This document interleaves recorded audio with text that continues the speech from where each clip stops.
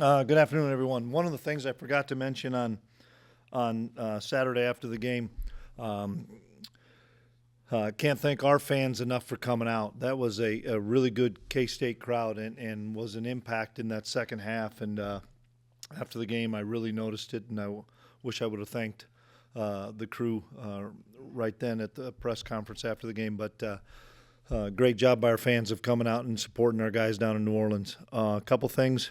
Going back and watching the film, the obvious thing is we need to be better in all three phases. We know that. There's some things that we've got to shore up in specific areas on both sides and on teams. In the same respect, I don't want to disrespect what I believe and know that Tulane is a really good football team when you watch them on tape. Quarterback, wide receivers, offensive line were really talented, and they tackled really well. They really hit you and did a good job. And so that would be terrible for me to say or anybody to say, boy, you guys don't look very good. We beat a good football team. And one thing I know that I learned that I wasn't sure of is we have really good leadership, and our culture won that game with those older kids and leaders in particular stepping up at halftime when it wasn't looking good and finding a way to keep believing. And so I'm excited about the win. I know you guys also watched a lot of other games Saturday. It's hard to win in college football. You better be happy when you get wins, and we are. But in the same respect, we know we've got a lot of work to do, and unfortunately it's a short week, so we've got a lot of stuff to get done. Those types of games where you fight through adversity and prevail, are those the types where you can grow from and improve from the most? Yeah, you hope so, mainly because there's a lot of guys that haven't been in Big 12 action or college football action where we're going to play in a ton of one-score games. I mean, that's what this league is. It's a bunch of one-score games. So you better find ways to win as opposed to, shoot, we can't get over the hump on those games. And so, yeah, I hope we do. You know, you're excited about the win. And when you peel things back like we did yesterday, because we were able to see the guys yesterday and say, okay, we have to do better there, and there. They maybe exposed us here and here because of whatever, and we've got to shore those things up. I know it's a small sample size, but have you been able to kind of locate a common difference between the first half and the second half so far? Not pinpointed, no. The simple thing is we're executing better in the second half. Bottom line, on offense, we're executing way better. Got to get better drive starters. We got to execute better on our drive starters, and you know we have too many 3-and-outs right now, and we got to flip that script. But on the other side of that thing, might be as poor as we can play on defense and still win a football game because we only had 2 3-and-outs. And those guys had the ball so much that it wasn't fair. We didn't give our offense enough opportunities. I thought Keegan Johnson was pretty productive, both on the stat sheet and not on the stat sheet. Could this be a launching point for him? Hopefully it is. He had a lot of confidence and played really well, made some big-time plays, catches, made a couple big-time blocks, and without a doubt, that was good to see. Through 2 games, you've had some explosive plays in the passing game, but not many with the wide receivers. What are your thoughts on that, and how can you get them more involved? Yeah, we've got to continue to spread things out, and the run game opens up some of those pass game. You know, the big play to Keegan was huge for us, and hopefully that'll either give us some confidence or maybe not give as many people opportunities to play some press coverage, because that was a huge play at the time. I don't know, it was a 30, 40-yard gain. When we had to have it. And then, we've big pass plays, but some to the tight ends, some to the running. I mean, DJ's at 4th and 1 pass play was as good a pass play as you're going to get under pressure, buying time and finding DJ down the sideline. So all in all, we know we've got to improve. You're not the one who makes the schedule, but what are your thoughts about playing on Friday? Once again, so I can go see Colby play at K-Dub.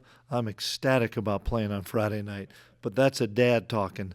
It's hard when you have a road game like we had to come back and we were fortunate. We all know it. You guys that were down there, you guys were lucky as well that the sun wasn't popped out and it was 105 degrees. We all are grateful for that. It was still really humid. and it was really hot, and it took a lot out of our guys. To ask them to go and practice yesterday was really difficult. We got some things done, and so you're on a short week. We're fortunate we're at home, but we're on a short week, and so I just know this with the expanded Big 12, I think we all know it's going to be a big part of what we do on Friday nights. So once again, I'm okay with it, but as a dad, I love it. I also wanted to ask about Arizona's top receiver. Is he about as good as you've seen? Yeah, he's phenomenal. You watch him last year make plays, and then the first game against New Mexico, he exploited every time they had a chance to go with him one-on-one. And those two are in sync. The quarterback and wide receiver are as in tune and have as good a chemistry as any two people that I've faced as far as a wide receiver type quarterback combination. Going back to Friday, it'll be under the lights. Friday night, obviously. Just how daunting is Bill Snyder Family Stadium at night? Well, you'd have to tell me that. You'd probably tell me, somebody tell us our record at night, and I say it's daunting, and then it's not. I don't know. I know we've got a great home environment, whatever it is, afternoon, 11 a.m., 6 o'clock, 7 o'clock. Our fan base is so good. They're going to they'll probably enjoy themselves in the tailgate lot quite a bit on Friday during the day, and it'll be a fun environment for sure. You talked after the game about still trying to find the identity for you guys on both sides of the ball. Is that something that can only be done through game reps, or can that be found in practice? Yeah, no, it's going to be done through game reps, but in the same respect as it's done through game reps, you got to put your guys in position to be successful of what you think they can do. It doesn't help us to say we're going to practice all of our gap scheme run game and then just run zone scheme in the game. We've got to try to practice against good people. That's the starters against good on good to see what that identity is. And then the other thing is getting the guys to whatever that identity is to believe in it. That whether we're a man team, zone team on defense, to a gap scheme zone team on offense in the run game, whatever they may be, of getting the guys to believe in it and buy into it and say, this is what we're going to do. Obviously, lots of things are still growing, but the fact that the pass rush has kind of been what you guys wanted through this first two games, how huge has that been? Yeah, it's been really big. One of the stats that probably was a little probably didn't get talked about enough is we didn't give up a sack. I thought they got good pass rush on us, but we didn't give up a sack, and I think that's a credit to Avery because he is very elusive and very hard to sack back there. And then the same respect, we got 5 sacks and numerous pressures, and it's fun because there's a lot of guys on the defensive line that are making plays, and that's, we talked about the defensive line in general being a strength, and it sure was from a pass rush standpoint so far. Coach, through 2 games, Dylan Edwards has 12 touches, 3 touchdowns, average almost 10 yards a touch. Is this small usage sample lack of familiarity with the playbook or something else going on? No, I think it's a combination of a couple things.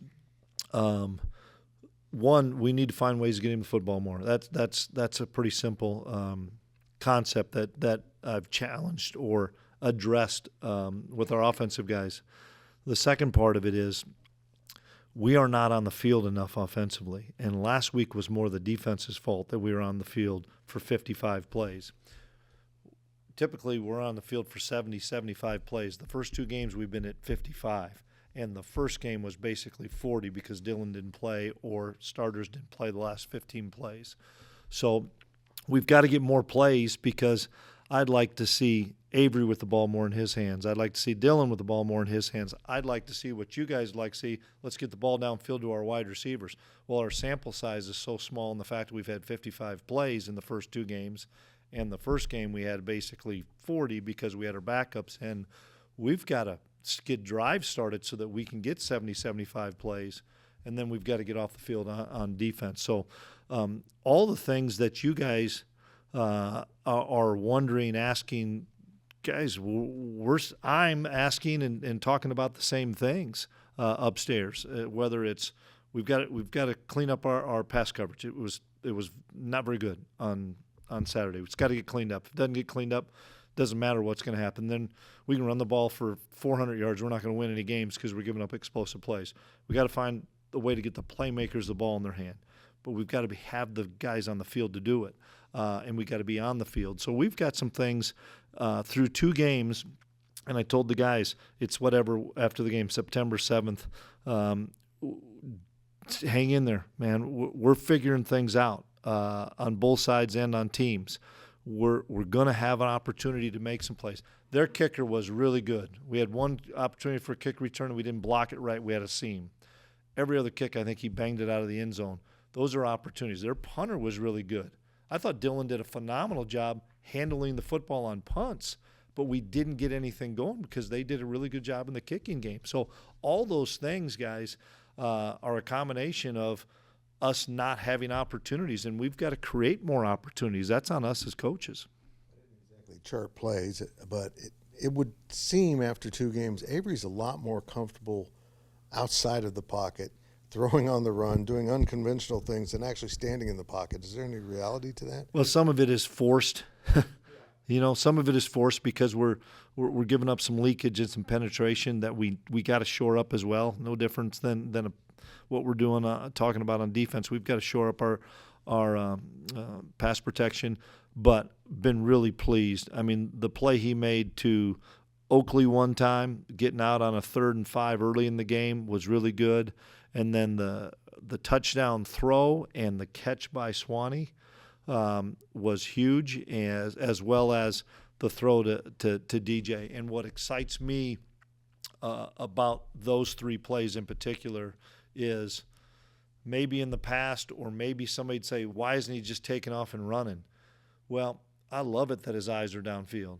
I love it that he's keeping plays alive rather than just saying, first read not there, I'm gone. Man, it's an evolution, and he's evolving. And I talked to him yesterday. I thought he got better and better, and I think he's getting more and more comfortable as a quarterback playing every down. And I'm excited because the kid's a competitor. He's a winner, and he loves the challenge of, okay, now I've got to continue to improve. And I see that on a play-by-play basis, and now we've got 2 starts under his belt this year. And so I'm excited about, getting the win and seeing all of our guys continue to improve. One final thing. Avery at times almost looks timid running. Has he been told about the injury thing? Or Nope. I mean, just – You can ask him about it. Nobody said anything to him. Nobody said anything to him. And now I would tell you, and I hope he would say, hey, if it's in the first quarter, I got to get my tail going and make sure I don't take some unnecessary hits. If it's in the 3rd or 4th quarter, man, I may have to stick it in there and go. I don't know how many of those opportunities that he had. I would tell you that I thought Tulane did a nice job of making sure that you're going to give the football. You're going to give the football. And he's making the correct reads. And so, once again, sample size of plays needs to get a bigger sample size for us. What have you seen from Austin Romaine these first couple of games this year? A kid that played as a true freshman and was kind of out there learning what he was doing and studied in the offseason, hung around Austin more and learned a lot about how you study, and is playing really at an all-conference level and is a terrific linebacker, becoming a great communicator, and our kids really trust him out there. He's playing really high level. It's been a tale of 2 games for Arizona so far this year, but where would you say their defense, the threats from their defense and where they're at Well, right now? I think they're really good up front for starters. I think they've got really disruptive guys up front. And then they have a bunch of experience at linebacker and at safety. There's a lot of guys that you watch the bowl game with OU, and there's a lot of guys that's still the same jersey numbers or the same players out there.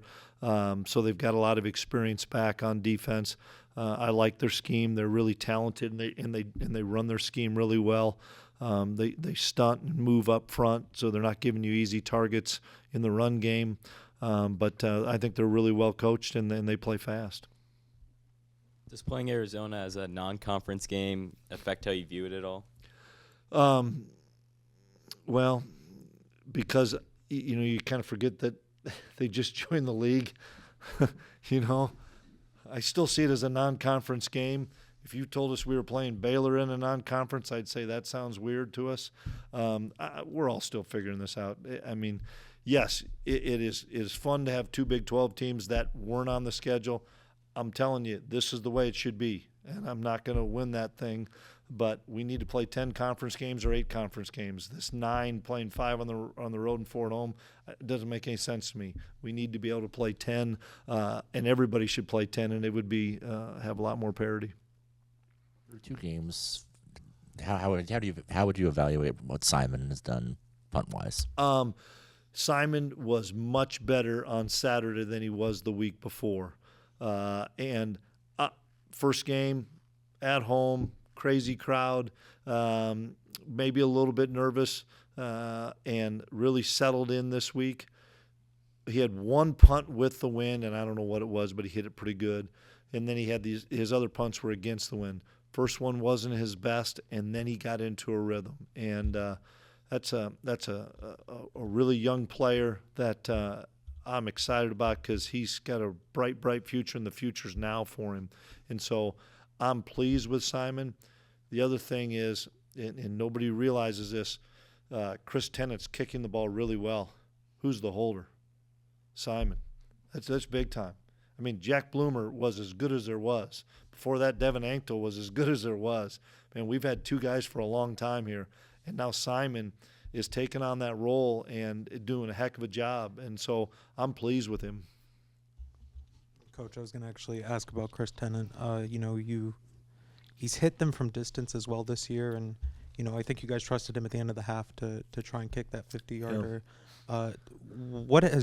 What's changed from last year to this year for him? And has it been more of a process thing to get him back to that level? A lot of it's mindset and mental with the kickers. That wasn't.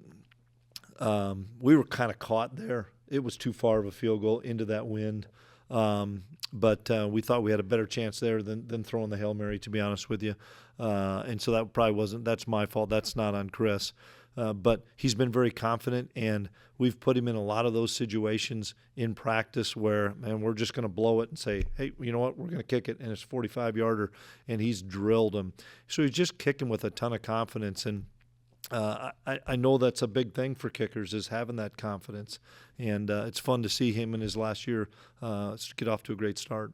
How much does it help the offense to have a kicker like that? It helps, but I'm a big believer field goals are not going to beat you. You got to get touchdowns, and one of the things that was a huge thing in a game that wasn't good at halftime is that it had every right to be 28-10 Tulane at halftime. But our defense got 2 big stops and forced them into field goals that they had 6 points rather than 14. And so that was an indication of field goals aren't going to beat you. If you got to bow up sometimes. So, and we were going to go for it on the 4th down when we had 3rd and 2 at about the 5 or 6 when it was 20-10, and we lost 3 or 4 yards on it to get to a 4th and long. So we ended up kicking the field goal because you got to get touchdowns once you get down there.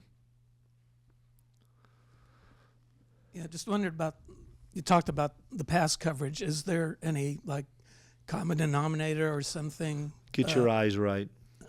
That's the huge thing, Arnie. We lost our eyes, and Coach Klanderman's as good as there is as a secondary coach, and he'll get it fixed, and we'll help him get it fixed.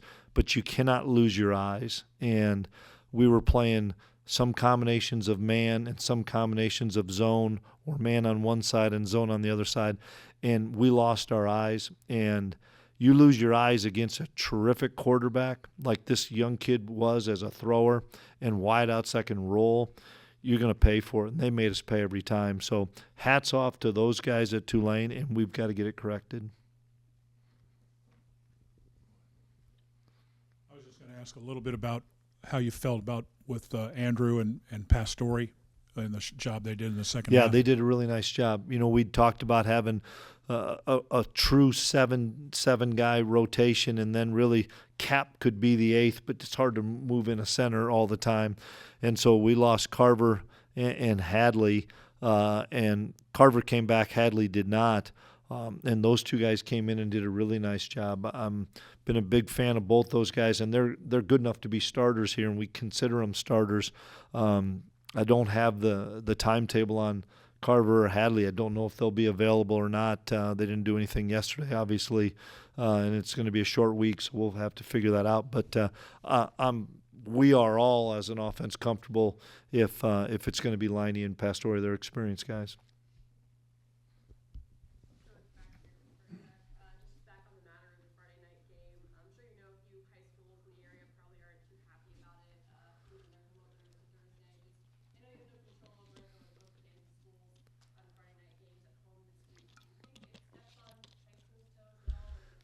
You know what? I can't even go there because it's not our choice. It's the league and it's TV, and that's honestly what pays the bills.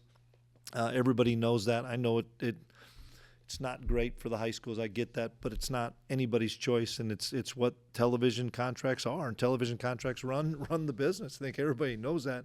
And once again, I'm going to be in Salina on Saturday. I'm not going. By the way. You want? No, I it's my got a hometown. spot for it's you. Fine. Yeah. Back to the defensive thing. To me, it looked like on occasions most of the guys were in man and someone was playing zone or vice versa. Did that go on that much? Went on one time on the touchdown that they had when we had a blitz going. Everybody was in man, one kid was in zone. But the other ones, we honestly lost our eyes, and that was one of the reasons at halftime we cranked up the heat and said, you know what, we're not going to have you let you sit back there that long. We've got to get pressure, and that helped us for sure.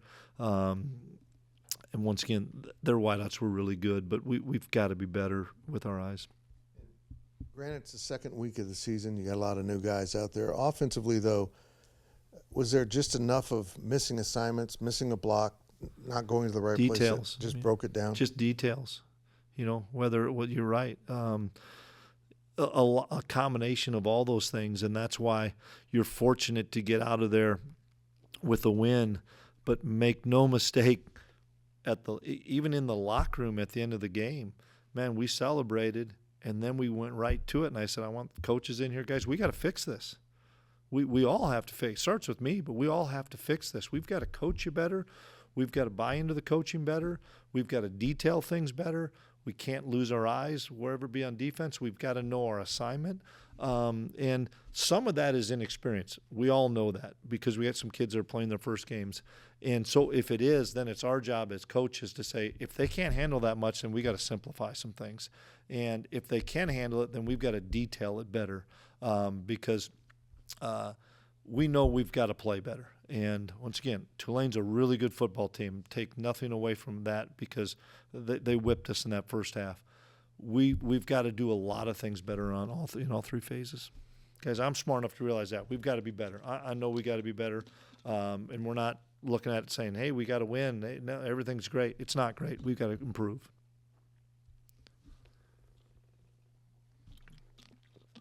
Yeah, I'm working on a story here, and I think it's important when Fox comes to town, there's going to be a window on Kansas State University. You're the front porch of Kansas State University. I'm just wondering if you might be able to paint a picture for me of the synergy between the community, the student body, and the love affair with this football team. Couple things. One, let's go to the student body and let's go to the band with Dr. Trace. We get home at 7:45 and it's packed out in front of an ear for our guys coming off that bus. And for the new guys, transfers, freshmen, the first road trip, and you got the whole band playing the fight song, playing the Wabash as we're coming in. That doesn't happen in a lot of places in college football. Now let's go to Friday night. And I hope Fox goes out in the tailgate lots and sees, man, this is important. And that's what we tell recruits all the time. You want to go to a place where football is important. And you go out in those tailgate lots, you have a crew out there when those buses come up, and it is electric, and it sends chills down your spine to see the enthusiasm and passion for what college football is. Then you go into the Bill. We open up for pregame, and the students are there, the band's there. Doesn't get any better than that. And that's why a lot of kids either come or choose to stay is because football is really important with our students, with our community, with our state, and with our region.